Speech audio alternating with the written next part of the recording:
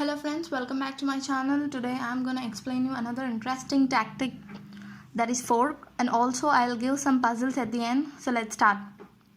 See, fork means it's a situation where one piece attacks two or more enemy pieces simultaneously.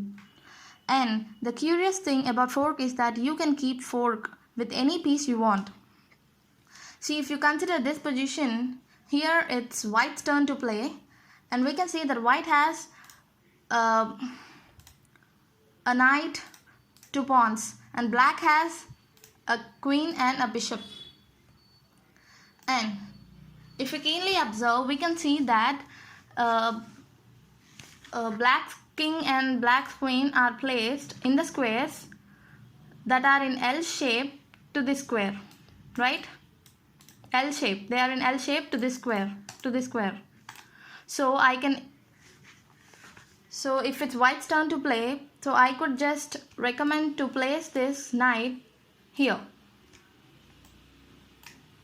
What's happening? This knight is attacking both the king and also the queen. So obviously as there is a check on black's king, so black will obviously move his king to somewhere, say here.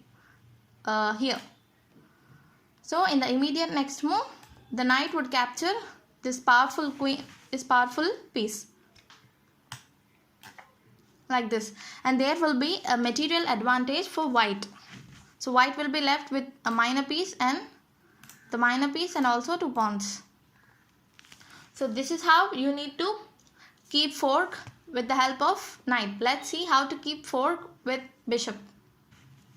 So here the same, it's white's turn to play, and white has a bishop, a knight and a pawn, and black has a rook and a knight. So if we carefully observe, black's rook and also black's knight are placed in the same diagonal, light square diagonal, and luckily white also has a light square bishop. So the best move in this position would be to place this bishop here, so that it can attack both the rook and also the knight, right? So it's white's turn, so I would just place this bishop here. What's the bishop doing? It's attacking both the black's rook and also the knight simultaneously. At a time, it's attacking both the rook and also the knight. So black can only save one of its pieces. Either it can save this rook or this knight. It cannot save both at a time. So as rook is the much valuable piece than the knight, so black would save the rook and it may gonna lose this knight. So for suppose it came here, so in the immediate next move you will capture this one. So this is the fork by the bishop. Same, white is left with two minor pieces and also a pawn. So there is a great advantage for white. Let's see another position. Here if we see this position demonstrate the fork by the queen. We can also keep fork by the queen. See here it's white's turn to play, and white has a queen and 6 pawns, and black has a queen and a rook. So here it's white's turn to play, so I would just place this queen here, so that I can make a check to my opponent's king, and also I can attack this rook. See, I'll place this queen here. See, I am attacking this king and also simultaneously I am attacking this rook. I am doing both the things at a time. So as there is a check, black would obviously move his king to somewhere, say here. So in the immediate next move, I would just capture this rook. So again it's a check, so it will come here. Like in this way, we can have a great advantage. Now white is left with a queen and also a rook. Next, now we'll see how to keep fork with the pawn. We can also keep fork with the pawns. So here if we see, white has a knight, two knights and 4 pawns, and black has a bishop and 6 pawns. So it's white's turn. It's black's turn to play. So if we carefully observe, then white's knights are placed here, and as it is black's turn to play, I would recommend to push this pawn here. Double promotion. What happens if we place this pawn here? If you place this pawn here, the pawn will attack simultaneously this knight and also this knight. So white can only save one of its knights. It cannot save both the knights. So there will be again an advantage for black.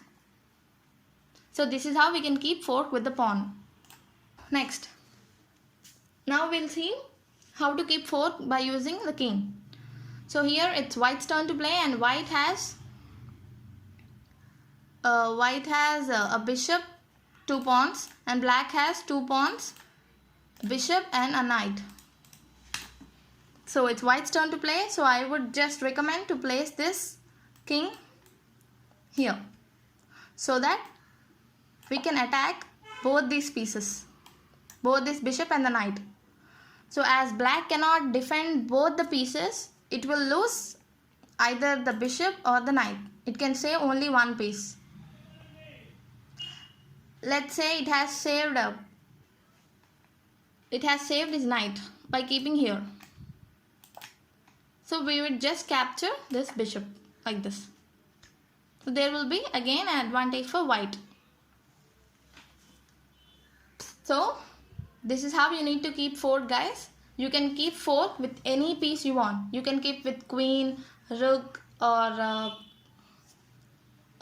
king, pawn, bishop, knight, anything you want. So now I think you are all eagerly waiting for the puzzle.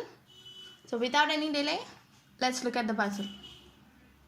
So this is the puzzle you need to solve, and it's white's turn to play, and white has a rook, a knight and 3 pawns, and black is left with a queen and a rook. It's very simple.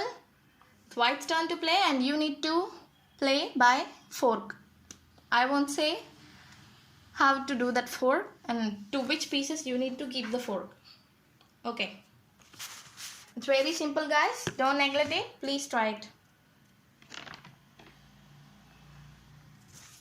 Hope you guys understood clearly about the fork tactic. See guys, when you keep fork with the knight, then it is known as fork. But if you keep fork with other than knight, like with say bishop or queen or something else, then it is called double attack.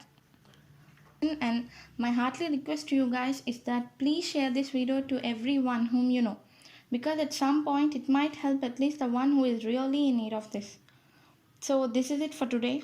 Hope you guys enjoyed, and in my forthcoming videos I'll come with another interesting tactic. Until then, take care, have a nice time, bye.